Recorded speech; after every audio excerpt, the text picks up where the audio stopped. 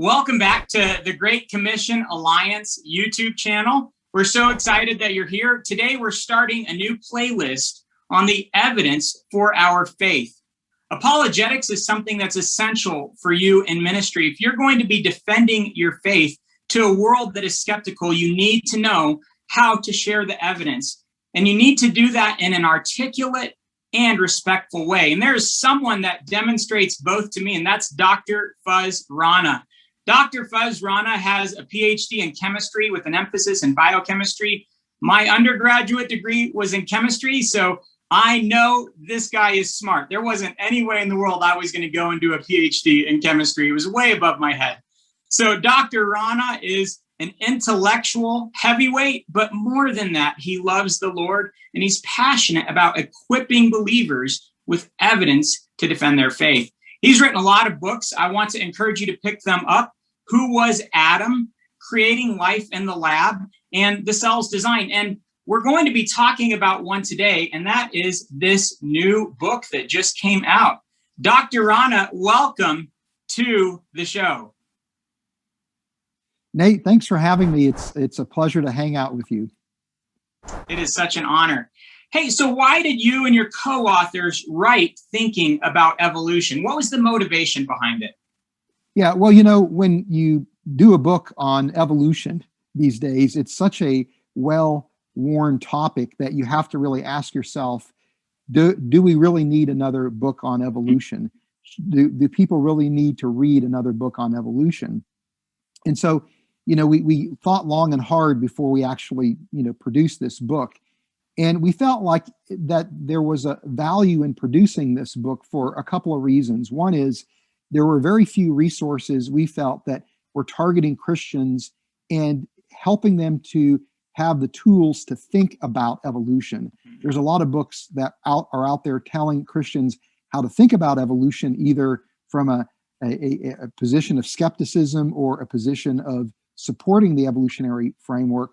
But there were very few books that really encourage Christians to think about evolution and giving the tools to do that.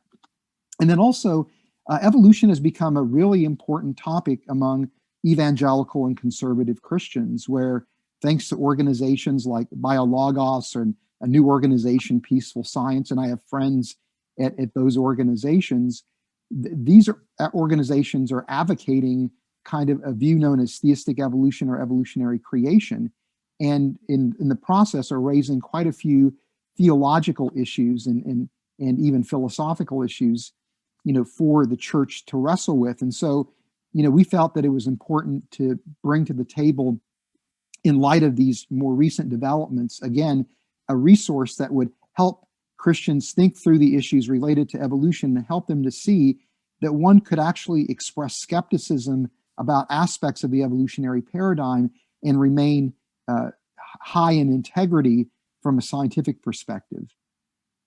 Absolutely. And again, you do that so well.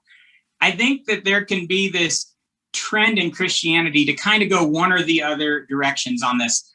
One direction is almost to avoid the science. And I know they wouldn't say that, but just to almost chuck it out the window and ride on a real basic interpretation. And the other one is almost to come across as scientific, but to fully endorse evolution in a theological way. And I think both of those are wrong extremes. And what you all do so well is you kind of thread the needle and you bring it right to the middle, where we honor God's word and we honor science, and we see both of them coming together kind of seamlessly. So I really respect that about your ministry. Thank you. Thank you. Thank you. Hey, well, let me go on here. Why do Christians need to be prepared for this? I mean, you mentioned it some, so maybe briefly, you're a non-Christian and you're at work and this guy's a Christian over here, and you're going to ask some questions. Why should that Christian be ready for that conversation? I think the ultimate reason why Christians really need to be able to engage this idea has to do with our ability to reach out effectively to non-believers.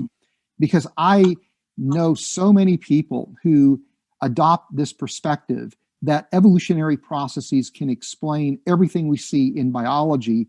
And they would argue that, well, if that's the case, then what role is there for a creator to play? The creator seems completely unnecessary. And, I meet, skeptics of all stripes who kind of adopt that particular mindset.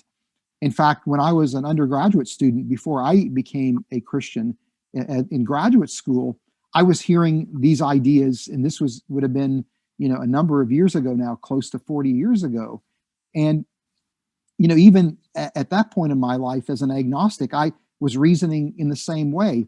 Look, God just simply doesn't seem to be necessary if evolution can explain everything. And so people are going to encounter that mindset, and they need, to be able to show people, that there are good reasons to hold to the view that there is a creator that is responsible for the origin of the universe, the design of the universe, the origin and the design and the history of life, including the origin of humanity. We need to be able to articulate those ideas, because if people are not convinced the creator exists, the gospel makes very little sense.